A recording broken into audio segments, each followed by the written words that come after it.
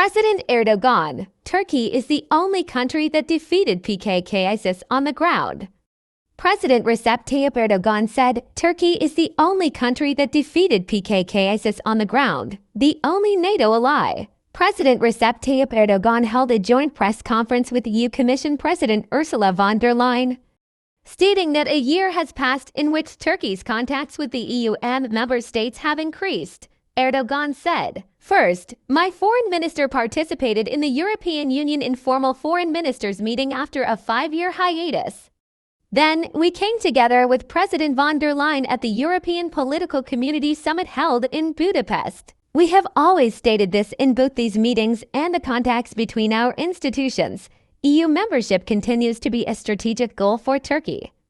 It is clear that our membership will make significant contributions to our country as well as to the Union, emphasizing that recent developments have further reinforced Turkey's position as a key country," President Erdoğan said.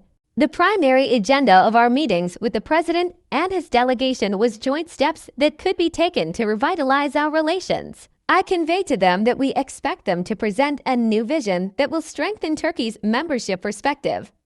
I emphasized once again that our common interests should not be held captive by the sterile agendas of some members, stating that Turkey and the EU could advance their cooperation based on a win-win formula and mutual respect. Erdoğan continued as follows. "In this context, I have observed with pleasure that Mr. President also values close cooperation and dialogue. I had a phone conversation with Ms. von der Leyen a few days ago. In this conversation, we underlined the importance that Turkey and the EU attach to the stability and security of Syria. In our consultations today, we discussed the latest developments in Syria in detail. I saw that we agree on the establishment of a participatory administration, especially on the preservation of Syria's sovereignty and territorial integrity. After 61 years of oppression and darkness, the collapse of the Ba'ath regime left behind a literal wreckage. We are faced with a Syria that has been exhausted by the 13-year conflict, with nearly 1 million people massacred, half of its population displaced. It is not possible for the Syrian people to shoulder this heavy burden alone. Syria needs to get back on its feet quickly with the strong support of its neighbors, friendly and brotherly countries, the EU and international organizations. I would like to state this very clearly here. The international community unfortunately did not and could not provide sufficient support to the Syrian people while they were suffering massacres for 13 years. It is now possible to compensate for this. The way to do this is to support Syria's construction and development efforts. With this understanding, we reactivated our Damascus embassy on Saturday after a 12.5-year hiatus. Turkey is the only country that defeated ISIS and the PKK on the field. Stating that Turkey will continue to stand by its Syrian brothers, President Erdoğan said, "Of course, during this process, the country needs to be removed from being a terror nest." The fight against both ISIS and the PKK and their extensions was at the forefront of the issues we discussed in our meeting. Turkey is the only country that defeated both terrorist organizations on the field, the only NATO ally.